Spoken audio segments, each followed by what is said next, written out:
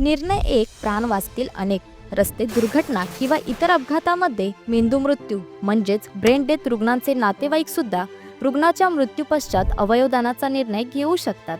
Kidney, liver, हृदय, डोळे, त्वचा असे अनेक अवयव दान करता येतात. सोडा बंद अंधश्रद्धेचे फुलवा आयुष्य अनेकांचे. शेवटचा श्वास कुणासाठी नवी सुरुवात.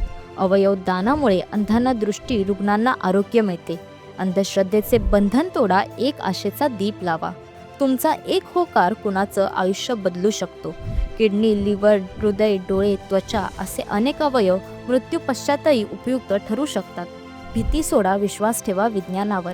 मम देह परहिताय भवतु म्हणजेच मेल्यानंतर माझं शरीर दुसऱ्यांच्या उपयोगी ठरी. मृत्यूनंतरचे अवयवदान म्हणजे गरजूंना जीवनदान. एक अवयव एका कुटुंबाला आशा.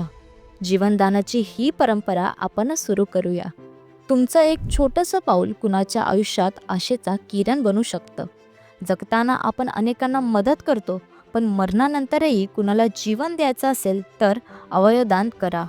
रस्ते दुर्घटना किंवा इतर अपघातामध्ये मृत्यू झालेल्या रुग्णाच्या अवयवदानाचा संकल्प झाल्यास नातेवाईकांनी रुग्णालयाच्या प्रशासनाच्या निदर्शनास आणून द्यावे किंवा नजीकच्या ZTCC झोनल ट्रान्सप्लांट कोऑर्डिनेशन सेंटरशी संपर्क साधावा. एक निर्णय अनेकांचे आयुष्य वाचवू शकतो.